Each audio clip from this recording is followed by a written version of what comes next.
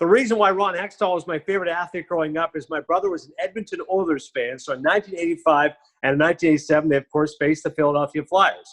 And in 1987, I liked this rookie who was absolutely feisty, who won the Conn Smythe Trophy. And even though the Flyers didn't win the cup, he won my heart. I was a lifelong Ron Hextall fan from that moment on. I'd never seen a guy who was able to play like that. As I said, feisty, at times vicious, certainly if you ask Kent Nielsen with that slash, but also brilliant and almost brought a Stanley Cup to Philadelphia, something I've never seen in my lifetime.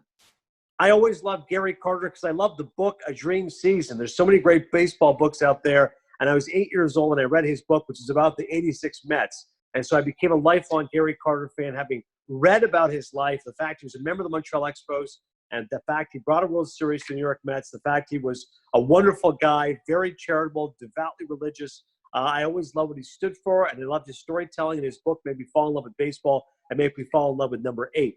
Randall Cunningham was one of my favorite players. I was a Philadelphia Eagles fan as a kid, and I thought what Cunningham was able to do on the field was amazing. I'd never seen a guy like this, able to scramble from the quarterback position, those long legs like a gazelle, an arm for an absolute cannon. It pains me to this day that Cunningham never was able to win a Super Bowl, but I always thought he was a remarkable athlete to watch.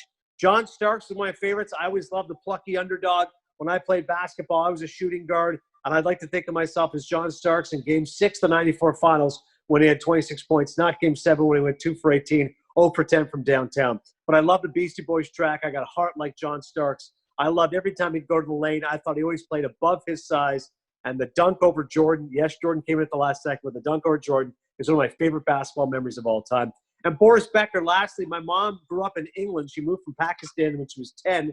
And so she gave me a lifelong love of tennis, specifically Wimbledon. And I love watching Boris Becker play because he was always diving all over the place.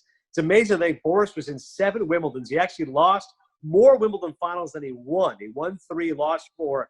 But to me, I always have the image of a 17, 18-year-old Boris Becker diving all over the court. I really miss serving volleys today. And Becker's a guy who has given me a lifelong love of tennis. I always love the big German. Boom, boom.